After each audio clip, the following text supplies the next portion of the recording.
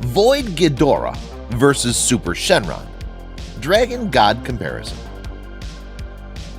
Hello, and welcome back to Factholic, folks. This is your host, Scott Leffler, bringing another out-of-this-world head-to-head to you. And, you know, it's actually out of this world, and probably even the ultimate comparison that we've ever featured in our channel. After all, we've got two dragons, or rather dragon gods, of almost infinite sizes. So, ladies, gentlemen, and netizens of all ages, behold the super battle between the God of the Void, one who dwells in the dimension often referred to as the Void, where he reigns as the supreme elder god, Void Ghidorah, versus the super dragon god, who's known to be larger than the universe itself, Super Shenron.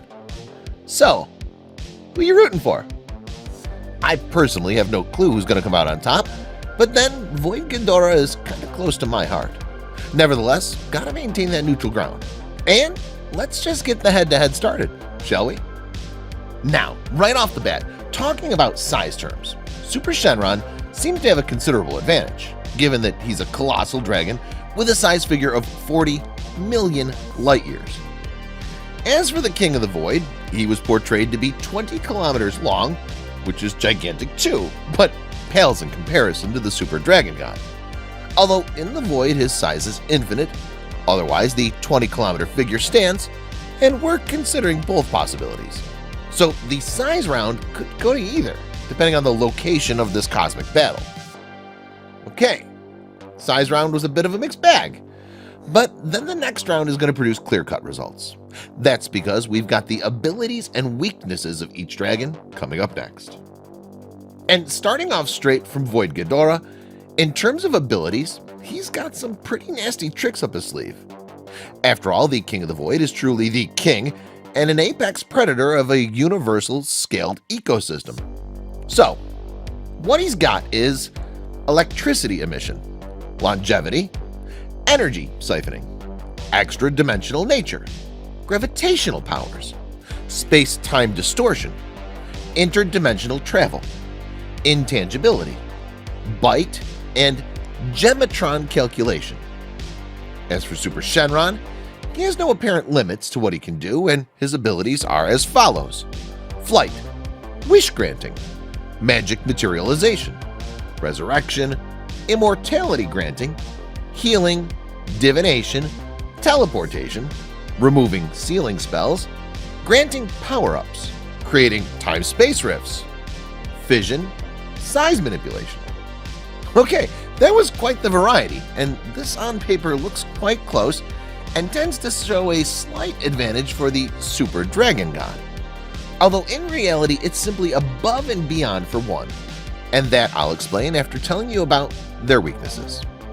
So, first up, the God of the Void's only and most potent weakness is that he needs to have a strong connection with a familiar entity like Metvis in order to fully manifest his physical form outside the Void. So you could even say that he's only really powerful inside the Void, and that means that he's probably vulnerable outside. While the Super Dragon God simply has no weaknesses whatsoever, and is basically a being of limitless power, and is known to be omnipotent. A proper god figure through and through, so yeah, he takes this round, along with the abilities round too. How so? Explanation's pretty simple here. Void Ghidorah is feared as the planet eater, and so his strength is on the level of a planet, or to justify his powers in the Void, let's say at the level of a large star. Now, that's a pretty powerful dragon right there, and the King of the Void has an insane amount of power.